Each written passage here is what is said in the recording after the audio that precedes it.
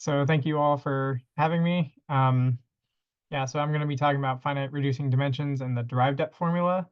Um, so a lot of this talk is going to be kind of like a introductory, or not introductory material, but um, like kind of a building up the simpler version um, of both of these things. There's like an original concept before finite reducing dimensions, and then there's a not derived version of the depth formula.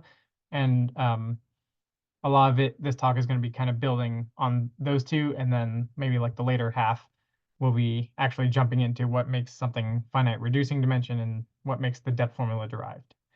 Okay,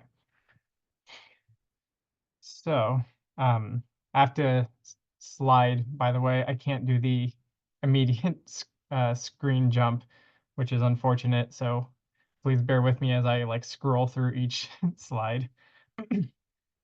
So just to quickly go over kind of what we're doing a little bit more explicitly, I'll talk about some introductions, some definitions, and a bunch of definitions involving free resolution. So that's why it kind of gets its own bullet point.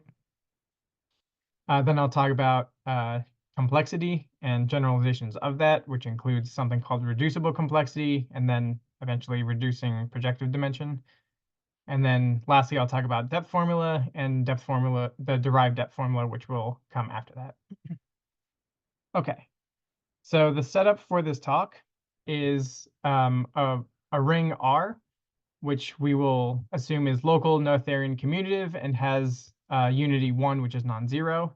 So just to be clear, Noetherian means Noetherian, there we go, means every ideal is finitely generated. And local means there is a unique max ideal M. And when we mod out, we get a residue field, and we're going to denote that as K. Also, all modules are going to be assumed to be non-zero and finitely generated. And typically, we're going to write them as M and N. Okay. So let me start with free resolutions. So I want to go through very briefly the construction of what is a free resolution, and then we can kind of get the idea of what it is if you're not familiar. So we're going to assume M is a finitely generated R module. That means we can assume that M is generated by a set, let's say A1 up to AN. We have some generators. And from this, we can define a map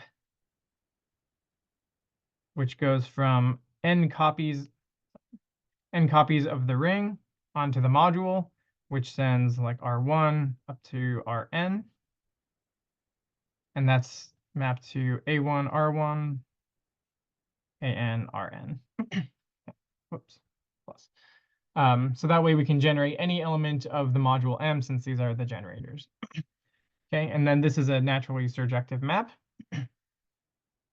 The kernel of this map is not necessarily 0, but this has a kernel typically. So this has a kernel. Let's give this map a name.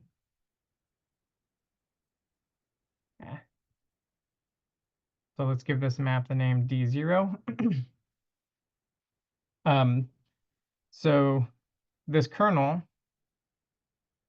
is a submodule of these n copies of the ring. And since R is considered to be Noetherian, that means kernel of D0 is also finitely generated. Okay, so that means we can say this is generated by B1 up to BM is a generating set. Okay, so in the exact same way we just defined this first map, we can say there is another map. I don't want to call it D0. We'll maybe call it F or something. Going from M copies of the ring to the kernel. Okay. And very similarly, maybe I can just copy and paste this.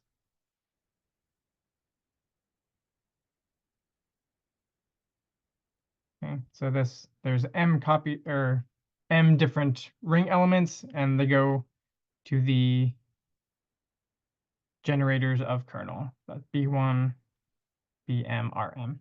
Okay. So since the kernel is a submodule of Rn, then we can kind of combine these all these different maps to get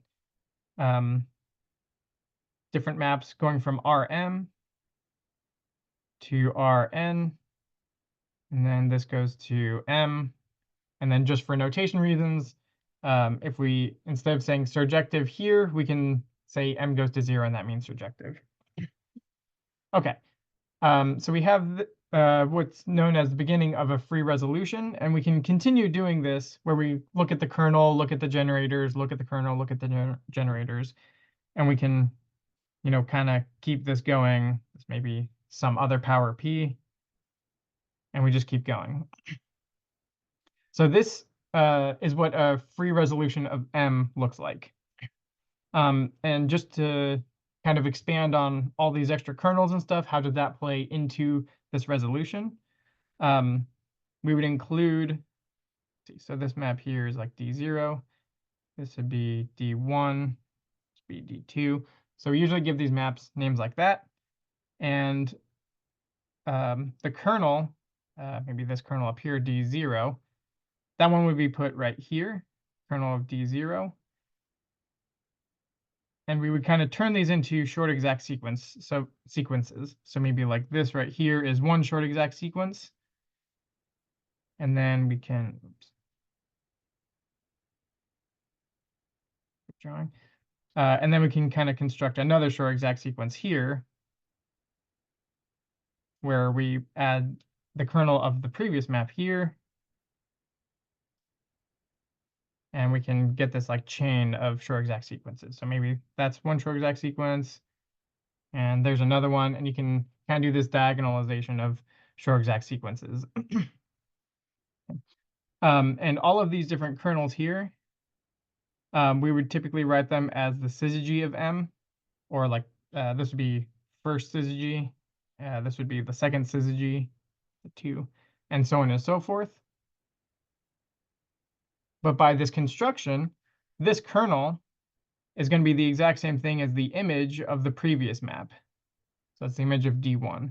So at each spot, you can either say the syzygy is the kernel of the map in front of it, or the image of the map directly above it.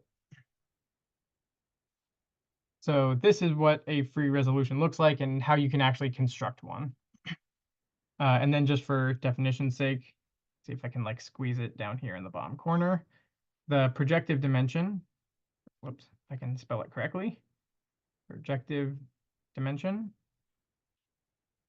is the shortest of all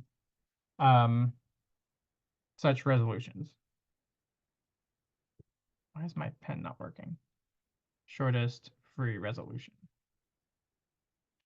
The shortest length, I should say. So for example, if this one right here ends at 0, then this would be a resolution of length 2, because we have 0 spot, first spot, second spot. So this one here would be a resolution of length 2. So projective dimension would be, well, it'd be at most 2, but let's assume that's the smallest resolution we can get. Okay. Okay, so let's look at a couple examples of free resolutions to actually see how we would construct it with hands-on details. So the first example we're going to look at is this ring, which is the power series ring over 2 variables. And then we mod out by 2 variables multiplied, x times y. So this is an ideal. And we're going to find the free resolution of the module M, which is R mod x.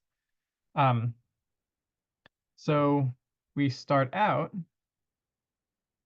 by defining the cover of M, which in this case is just R to R mod x.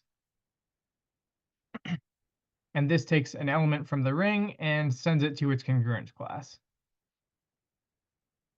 which we can say R bar. This is definitely surjective, and if we think about it for just a minute, we can see this has the kernel of this is just XR, right? Because if you imagine taking like X and then send this to X bar, which is X plus X. Well, X is an element of here, so that's just X, which is the like 0 congruence class. Okay. So since this is the kernel, that means this is generated by the set X. So it just has a single generator. And that means we can define the map from R to Rx, where R is mapped to R times X. Now we want to find the kernel of this map next, because if we're trying to construct a free resolution, we can kind of start it already. If we want, we can write out the first few terms. So from this alone, this is just our map D0, and it's surjective. That's why I have this going to 0. And then we have down here XR. This is the first syzygy of R mod X.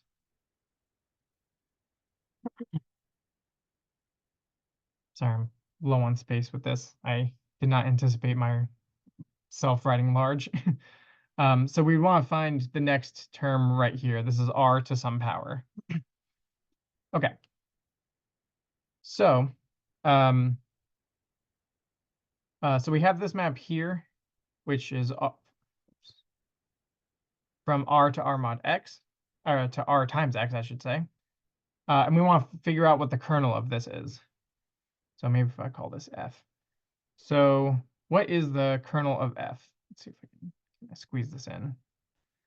So if R is mapped to Rx, and this is 0, but this is Rx is going to be 0 in the ring. So we can kind of look at the congruence class, since the ring itself is modding out by X times Y. So that means Rx is in the ideal X times Y. Since X is already, we can essentially remove X from here, since X would need to be, and let me rephrase that. If we want to make this term here a multiple of xy, well, we already have X as part of this term. So that means R needs to be some multiple of Y. Whoops. So that means R needs to be in here. And this tells us that the kernel of F, so maybe we can bring this over here. So the kernel of F is necessarily Y times R, which is notationally the same thing as Y. Okay. So we can do the same sort of analysis that we just did for this kernel here, X times R, to see that we can define this map. R goes to YR. Y is mapped to Y times R. And this would have kernel XR. Again, because of the symmetry of X times Y in our modded out congruence class for the ring. Okay, so by doing this over and over, we can see that we can keep this resolution going. Make some room. And this first map is going to be multiplication by X, then multiplication by Y, then multiplication by X again. And we just keep this pattern going. So this is how we end up getting our free resolution. Sorry, it's kind of crammed in there. I should have given myself more space. So this is what a free resolution of R mod X is, and it's a little bit nice in that it's periodic. So if we ever want to study this this ring or this module specifically, then this periodicity probably brings out nicer properties than just an arbitrary looking resolution. Okay. So I don't want to go through too much detail of this next one because it's a little bit more complicated, but the same idea would hold where you would start out with a free cover, which you can certainly do this. Oops, this is,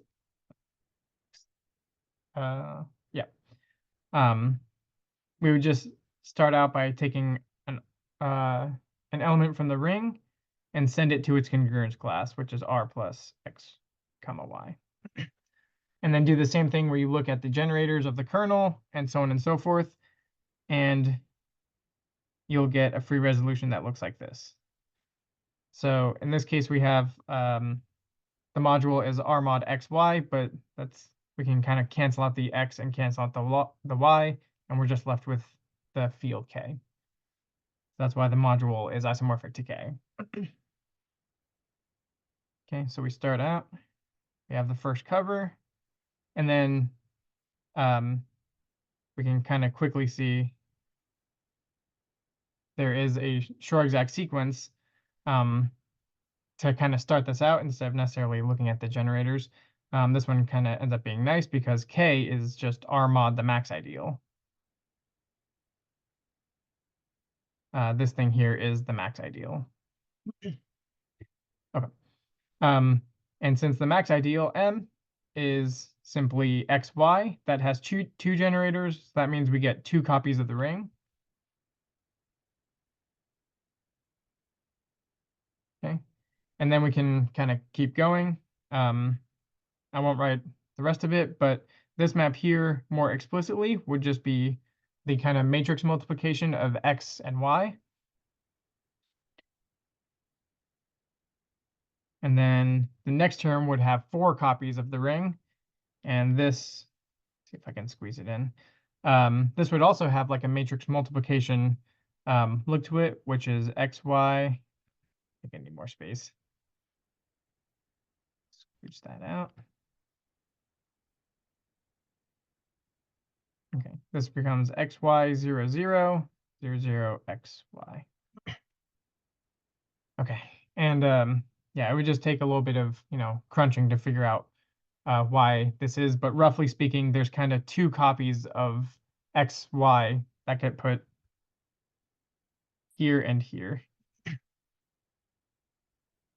Okay, and then this resolution can keep going.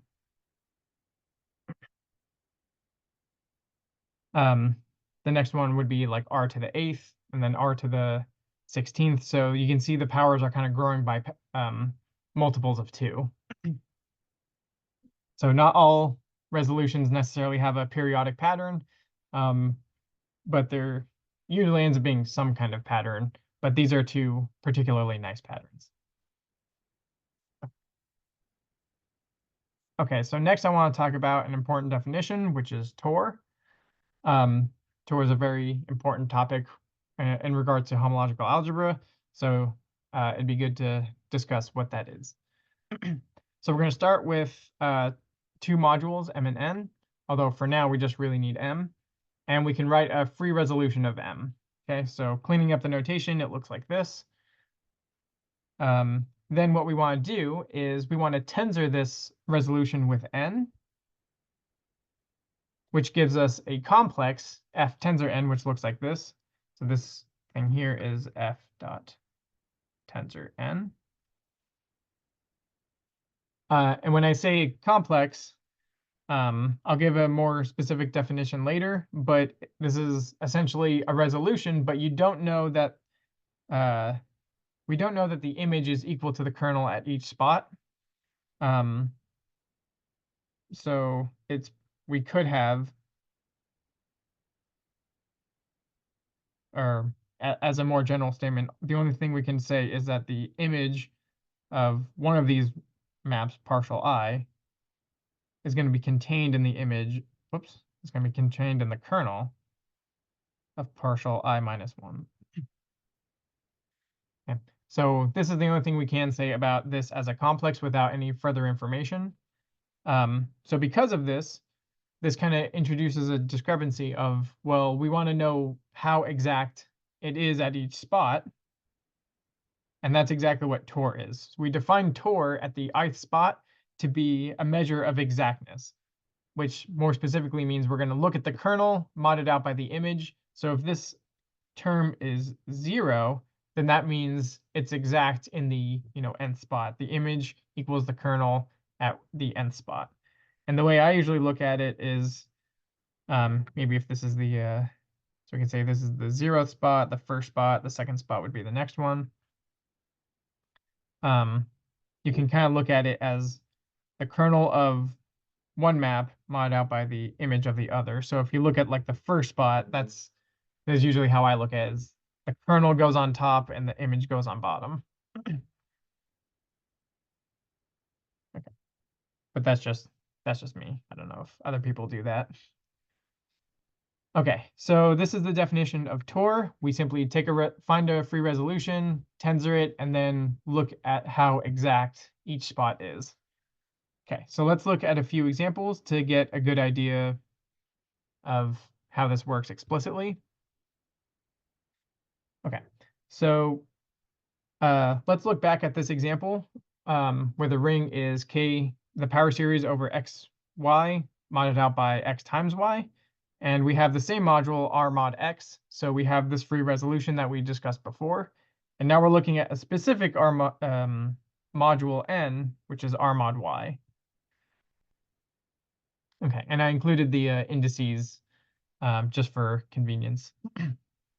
Okay, so the first step was to find a free resolution, and lucky for us, we already did that. Next, we want to tensor this with n. So that gives us f dot tensor n, but n here is r mod y. Okay. So at each step, I'll try and write this backwards, so hopefully it doesn't turn out too bad. So that's going to look like r tensor r mod y, because at each spot, it's just at each spot. Come on, get rid of that.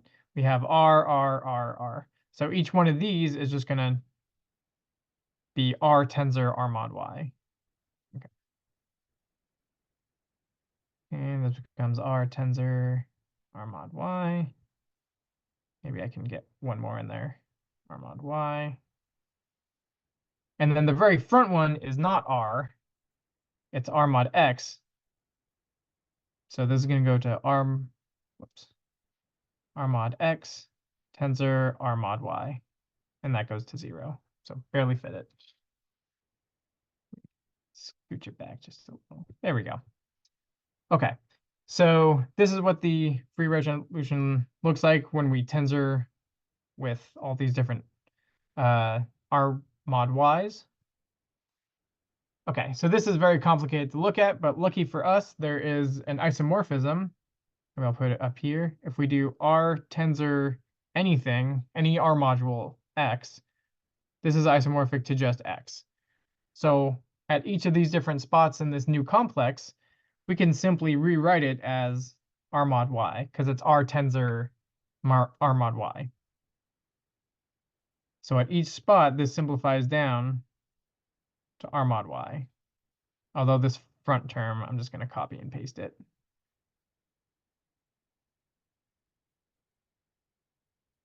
So that front term stays the same. This actually does have an isomorphism to reduce it, but for the sake of time and simplicity, we could just leave it as it is. Okay, so at each spot, we get this nice isomorphism. Okay, and then another nice thing that ends up happening is, since at each step, it's just multiplication by either x or y, it ends up being that when we tensor with r, those maps translate to being the same. To being the same thing. Except now the domain and codomain are different, so the multiplication by x or y, we have to kind of interpret it a little bit differently. Probably one of the main things is that the multiplication by y map, this is the 0. Why did that come out yellow? This is the 0 map, right? Because if you send r bar and you map it to y times r bar. That's just 0 bar here. Okay, so let's figure out what the different values of torr are. And if we notice, again, from periodicity, it really only makes sense that we need to check if the index I is odd or even. So let's look at when I is odd. That means torr I of m and n. From the definition, that says it's maybe we can look at, so this will be the 0th spot, first spot, second spot. So if I is odd, maybe we can look at I equal 1 as a representative. So that says we're looking at the kernel of the multiplication by x mod out the image of the multiplication by y. And that's going to be some fraction. And the denominator is nice and easy. The image of the 0 map is 0. Hooray. And then the kernel of multiplication by x, this also ends up being 0. And I think I'm going slower than I mean to. So maybe at the end, if anyone's very curious, I can explain why. But for now, the kernel of this map would also need to be 0. So 0 mod 0 is equal to 0 in the module sense. So at the odd indices, this complex is exact. Now let's check the even indices. Okay, so that gives us, very similarly, we're looking at the kernel mod the image, except now we're looking at maybe the second spot. So that's going to be the kernel of multiplication by y mod out by the image of multiplication by x. Okay, well, again, y is the multiplication, is the 0 map. So this one's nice and easy. The kernel is everything. That's r mod y. It's the whole domain. And the image of multiplication by x, well, that's just everything in the domain and the codomain are the same thing. So the image would just be x times r mod y. There we go. Okay, so we could leave this here like that, but there's a lot of isomorphisms that we can do to kind of clean this up a little bit. So first things first, so the numerator r mod y, we just kind of leave it as is for now. But the denominator, we can use one of the isomorphism theorems to say this is actually ideal generated by x plus ideal generated by y mod out by the same denominator y. Then the third isomorphism theorem says that we can kind of cancel these out, which gives us r mod x plus y. And then this is just a fancy way of writing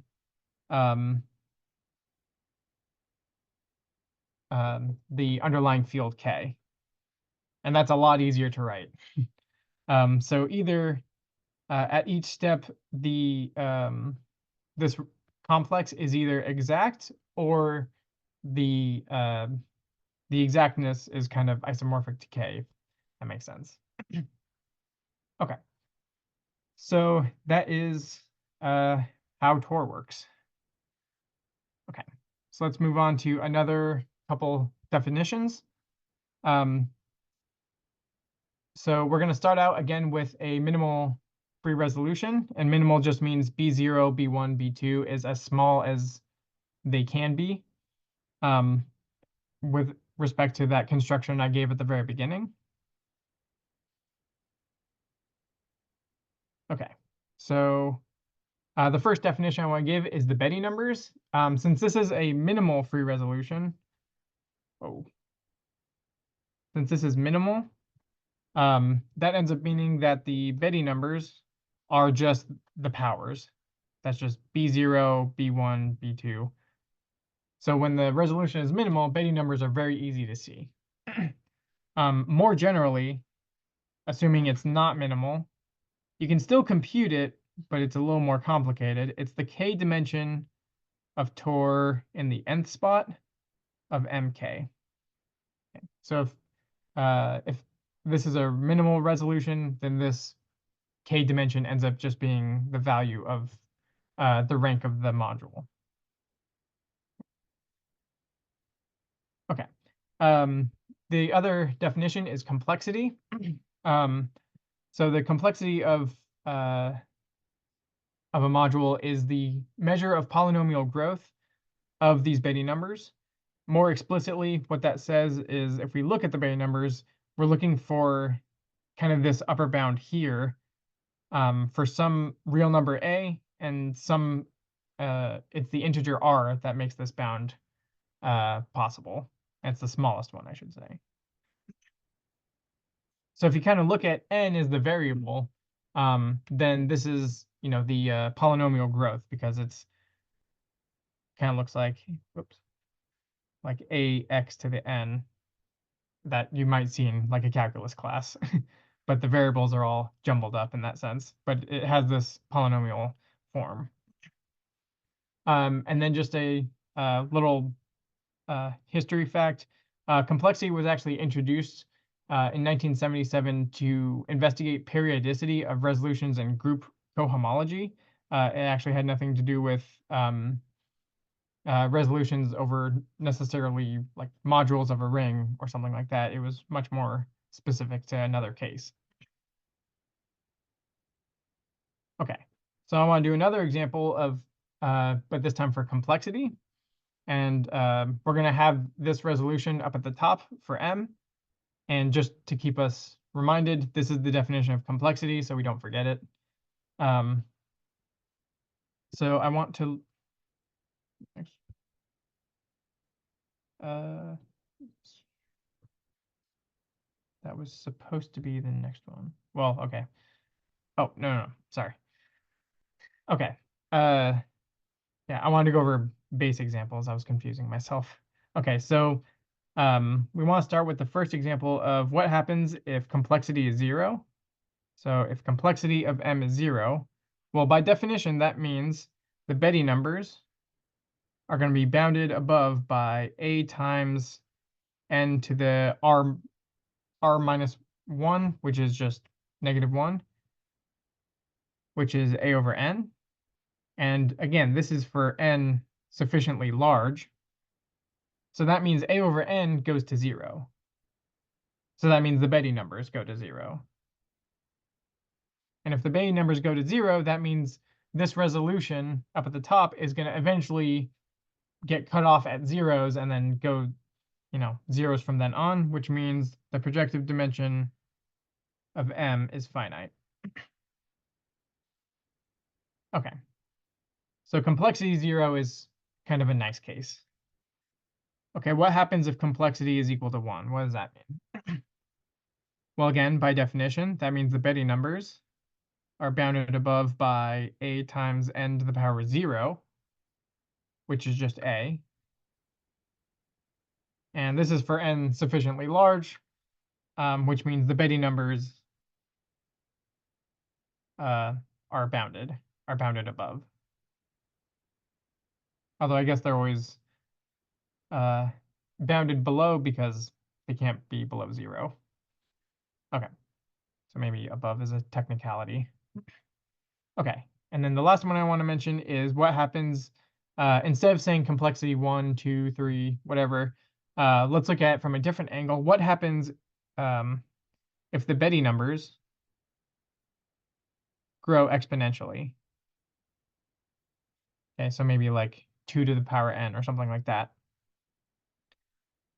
Well, this means we can say for every for every r positive, then this inequality gets flipped. It's going to be larger than any polynomial as long as n is sufficiently large, right? Any exponential is eventually going to outgrow a polynomial. So by definition, what this ends up meaning is that the complexity of M is going to be infinite. Okay. So now I want to do a hands-on example. So we saw this one from before. This ring K join X, Y, polynomial ring in two variables, mod out by the max ideal squared. And we get this free resolution. Okay, so I don't think I have particularly enough time to actually show it, but if we look at the, if we look at the Betty numbers, this is technically a 1 here. It goes 1, 2, 4. The next one would be 8, and so on and so forth. So the complexity, or I should say the Betty numbers, actually do have the form 2 to the n, where n is like the 0th spot, 1st spot, 2nd spot. Right. So that means the complexity of, in this case, the module is k. I should write k here. The complexity is infinite. That was kind of what I was just mentioning in the previous slide. If the Bay numbers grow exponentially, the complexity must be infinite. Okay. So for the sake of an upcoming slide, I want to investigate this a little bit more. So get ready to see this example again in a little bit. Notice that the max ideal, M, is xy times r. So it's the ideal generated by x and y. And since the ring mods out by m squared, that tells us that m squared is equal to 0. And this makes M a k vector space. Okay.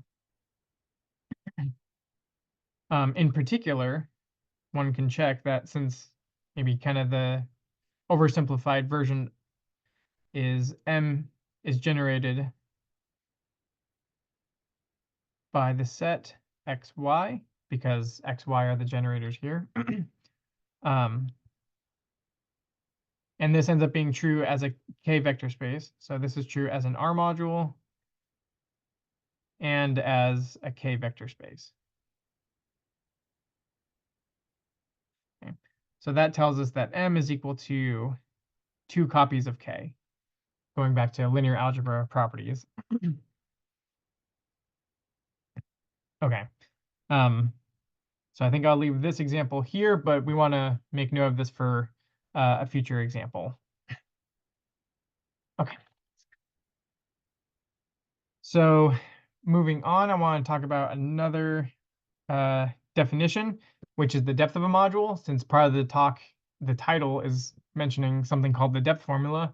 Let me talk briefly about the depth of a module. So let's assume M is an R module, and we first define an element x in the max ideal to be M regular.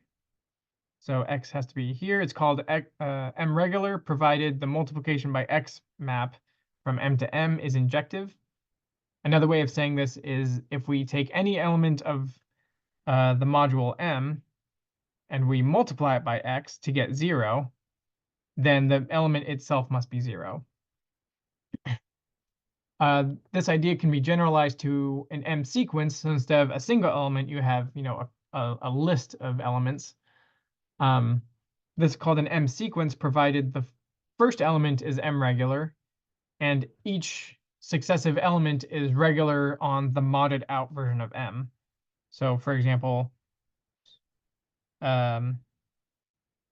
maybe M2 would be M mod x1 M regular, and M3 would be M mod x1 x2 M regular, so on and so forth.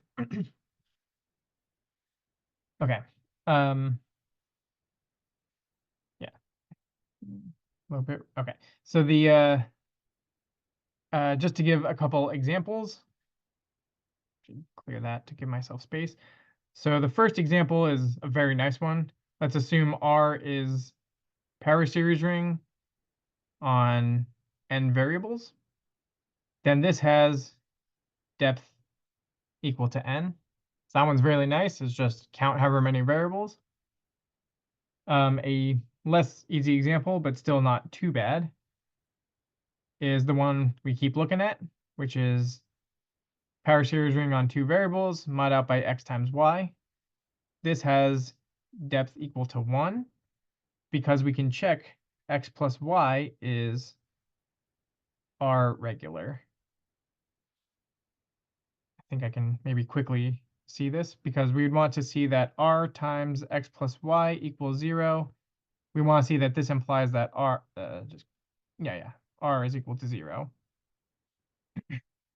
So if we can show this, then that means x plus y is r regular.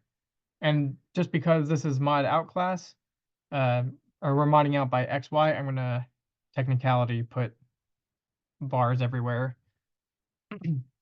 So this is what we want to show. So if we have r times x plus y is equal to 0, that means rx plus ry is equal to 0. And again, looking at the congruence classes. And since we're looking at congruence classes, what this ends up meaning is rx plus ry is in the ideal xy. And this is over the power series ring. So we're no longer, at this step, we're no longer looking at the modded out version. So we can kind of break this down into the two halves, rx and ry. And both of these to be in the ideal generated by x times y. Well, rx, to get this in here, r needs to be in y. And for ry to be in xy, r needs to be in x. So both of these need to be true. That means r needs to be in x and the intersection x intersect y, which is just the ideal x times y. So that means in the congruence class, r must necessarily be 0. So we end up getting that. Okay. So finally, we can talk about the depth formula now that we know what the depth of a module is. So the depth formula was introduced by Auslander back in 1961. And it's this formula here. The depth of one module plus the depth of a second is equal to the depth of the ring plus the depth of their tensor product. So just a brief history of results on this. Auslander in the same paper showed that the depth formula holds for M and N, provided the projective dimension of the first module is finite, and there's the vanishing of all Tor modules. Okay, so if you have a free resolution of M and you tensor with N, then that resolution, that complex will be exact everywhere, except for the very, very first spot, the 0th position. CUNY and Wiegand in 1994 showed that we actually can make an assumption on the ring to be a complete intersection, and we can get rid of projective dimension being finite assumption. We would just keep the we would keep this term here, the vanishing of Tor. Further results have been released since then by different authors, but to talk about them, we need a little bit more background first. Okay. So let's talk about some of this background. One of the necessary conditions for these other results is an assumption on reducible complexity, which Peter Berg in 2007 introduced this definition of reducible complexity, which is another slide. Sorry. Okay. So what is this definition? Okay, so if we start with the complexity of a module and assume it's non-zero but also finite, Berg wanted to reduce this module's complexity down to 0. So how he did this was introducing the reducible complexity definition, which kind of has two parts. So M has reducible complexity if one of two things happens. The first thing is if the complexity of M is equal to 0, which is the nice case, or if complexity is non-zero, but also finite. And we can find a short exact sequence going from M to some module K, and then to some syzygy of M to 0. So this is a short exact sequence, but it doesn't stop there. It keeps going, and it kind of starts forming a pattern. Next the next Shor exact sequence starts with K1, goes to K2, and then goes to, whoops, a syzygy of K1. So you can see it's module, then some other module, then the syzygy of the first term in the sequence. And you keep going all the way down to KR minus 1, goes to KR, syzygy, KR minus 1, and that goes to 0. Okay. So we need to have these Shor exact sequences, and these need to have some properties. Oops. Where the complexity, kind of the entire point of the definition, is going to be dropping at each spot.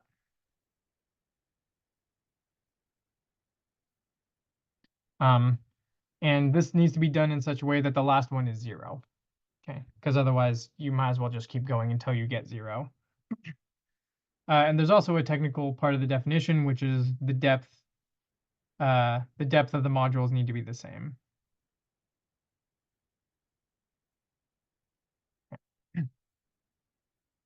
Okay, so this is the definition. So let's see a few quick examples just to see how this works. So the first one is probably the easiest and kind of most straightforward.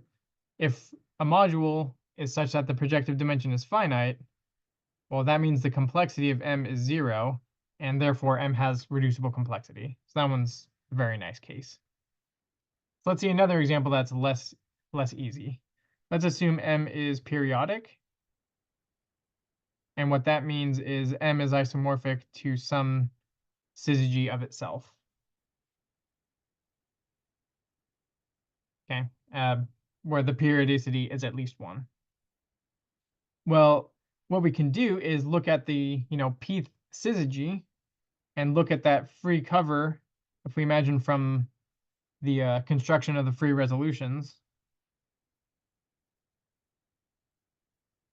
we can get a Shor exact sequence that looks like this, where this is, I don't know, some number here if we want, maybe n, I guess. But using the fact that M is isomorphic to the pth syzygy, then if we look at kind of this Shor exact sequence, then that matches exactly the first term in this definition. So M has reducible complexity.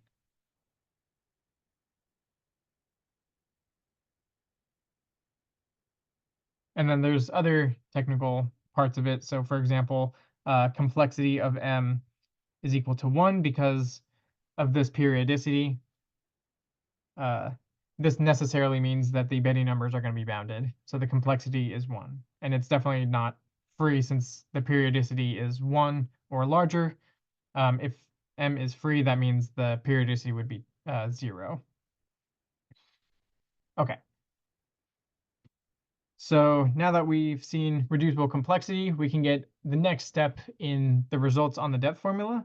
So Berg and Jorgensen gave this result back in 2011, which says that R is Cohen-Macaulay, and we assume that all the positive tors vanish, just like with Hünicke and Huygens. And instead, we're going to assume M has reducible complexity instead of finite projective dimension or something like that. Then the depth formula holds, provided one of many different possible conditions hold, one of which is that M is not maximal Cohen-Macaulay. And then much more recently, Dr.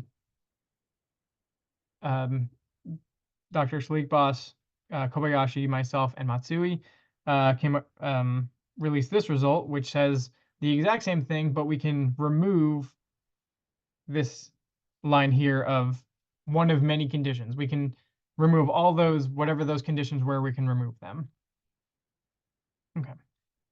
How am I doing on time? Is it supposed to be 50 minutes or do I have the full hour? Oh, don't worry. Take, we are here, so take okay. time, Okay. Okay, thank you. No worries. Okay, thank you. Okay, so so moving forward, this is kind of the halfway point of this covered a lot of the, I don't know, basic info, so to speak. So from here, it's going to go a little bit more technical, and essentially what that means is this result here. Whoops, that's not the right pen. This result here. I want to be able to talk about it a little bit more explicitly, what the result actually states. So from here, it's just generalizing a lot of the concepts we've already talked about. Okay, so that's kind of the game plan moving forward, just so you guys are aware. Okay, so in order to generalize some of these things, let's first look at reducible complexity and see what the limitation is so that can be generalized. So we saw this example before, where we have this free resolution of k, which ends up being having the Betti numbers grow exponentially. So that gave us that the complexity of k was infinite. So it does not have, so k does not have reducible complexity. Okay. And it also showed that m is equal to k, 2 copies of k. So I want to be able to use that to kind of see, we can keep expanding on this this example more and more to see why there's a limitation on reducible complexity. Okay. So if we start out, we can look at, there was this Shor exact sequence, right? And we can analyze this one Shor exact sequence a whole bunch to eventually see that the second syzygy of k is equal to k to the 4th, or 4 copies of k, I should say. Okay, so let's see why that's true. So for one thing, we can notice that m, just from this little bit alone, is actually the first syzygy of k. But we also said that this is k squared. All right. So what we can do then is look at kind of the next step, which is the second syzygy of k goes to some copy of r, and that goes to the first syzygy of k. So we have this kind of Shor exact sequence, and this ends up being 2, we'll see in a second. This is true because, well, we can see right now, because this is the first syzygy of k is k squared. So we can kind of swap this out to say k squared, or we can say it's m, which has 2 copies of r. So this is necessarily r squared here. Okay. But since we have r squared and k squared, that's actually the first step here. So we can kind of visualize this to be the same thing as just squaring everything in the first Shor exact sequence. So from here to here, you just, double everything. And then all of these things end up being equal. Okay. So from this, we can see the second syzygy of k is equal to m squared. But m squared was already k squared, so that's like k squared squared, and that's k to the 4th. So that's how we get this relation here. Okay. So let me actually clear that and just kind of rewrite this nicely. So the punchline ends up being that we have this short exact sequence. K to the 4th goes to r squared, goes to the syzygy of k, goes to 0. Okay. So why did we do all this? That seemed like a lot of effort just for some randomly specific Shor exact sequence, because we saw that k has infinite complexity, so it does not have reducible complexity. But from the definition of reducible complexity, having a Shor exact sequence like this is part of the definition, right? So we seem so close. We're right there being able to have reducible complexity. even though the complexity is infinite. So this is the limitation. If we could somehow redefine it in a way that doesn't require reducible complexity, then this short exact sequence shows we can kind of still use it. Okay. And in 2020, Araya and Dr. Shalikbas did exactly that. They generalized this definition to reducing projective dimension. So here's the definition of reducible complexity again, just as a reminder. And they defined reducing projective dimension, and it looks almost the exact same, right? We have all these short exact sequences. We can see down here like the complexity or reducing projective dimension. It keeps dropping at each step. So I'd actually want to highlight. Let me highlight the key differences. So first and foremost, it almost seems like the same thing, but it's not, is complexity was originally positive and finite, but now projective dimension in general is infinite, which this includes complexity of m equals infinite case. This is okay now, versus before it was not okay. Other technical differences is we get all these extra direct sums. And that just kind of helps with generalizing, because as we saw in this example right here, we actually did have an extra copy of 4 extra copies of the module in the first place. So now we can include examples kind of like that. And then it's not really key difference, but I guess I'll highlight it anyways. Now it's reducing projective dimension instead of complexity being dropped.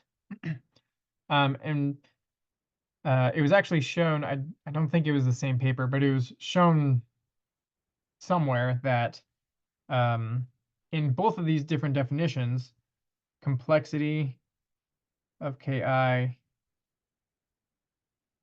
and or someone's got a question. Is the number of R of the K's in reducing projective dimension unique? Okay, so that's actually, I was actually about to mention that. So let me finish this comment and I'll answer that question. Yeah, so I was saying the complexity in reducible complexity or reduce PD of the KIs, these and each step necessarily, these can drop by 1 at each step. Okay, so it just says it arbitrarily could drop. So it might drop by 2, might drop by 3, might drop by more. But actually we can adjust the definition to say that they drop by 1 at each step. Okay, so to answer the question that was just asked, the R value is not necessarily unique, but part of the definition that I don't think I actually include on here is reducing projective dimension of M is actually equal to the infimum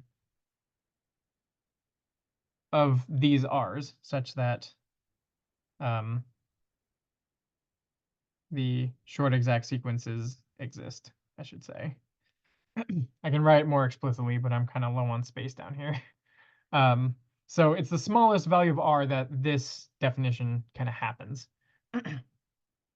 Because you can always make it longer. You know, as soon as you get maybe like KR is like a free module, then you can always get extra short exact sequences of like zeros everywhere or something like that. Kind of like trivial short exact sequences. Okay. So let's look at a few examples of reducing projective dimension. Mainly, I just want to show that all the other examples we saw were already are going to be recovered. So the first one was the one with the limitation. So we have this ring, and complexity of K was infinite, so it doesn't have reducible complexity. But we also saw that there's this short exact sequence, which this one does match the definition of reducible complexity, which means the reducible complexity of K is 1, and it can't be 0 because that would mean K has finite projective dimension. So it's at least 1 and no larger than 1, so it's exactly 1. Okay. And this also kind of highlights that it does generalize complexity because complexity is infinite, but reducing projective dimension is finite here. Okay, so other examples. The other examples are also recovered. So just very briefly, if projective dimension of M is finite, that means complexity is 0, and so is the reducing projective dimension. And if M is isomorphic to some syzygy of itself, then that means the complexity of M is 1, and so is the reducing projective dimension.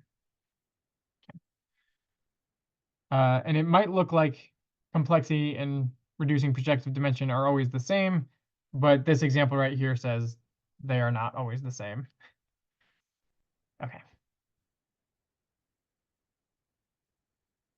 So now I want to move on, going back to the depth of modules. I want to introduce the derived depth formula. And if you're familiar with the derived category, that's essentially what's happening is we're generalizing to the derived category. If you're not familiar with it, the very, very oversimplification is it looks at complexes instead of modules. So just as a quick recap, in R complex, we write X with a little dot sometimes. It's a sequence of R modules, XL, and maps, which goes from XL to XL minus 1. And kind of the kicker about it is that if you compose any two consecutive maps, you're going to get 0. So that means the image of partial L plus 1 is contained in the kernel of partial L. So that's all that says. Okay, so it's kind of like a free resolution.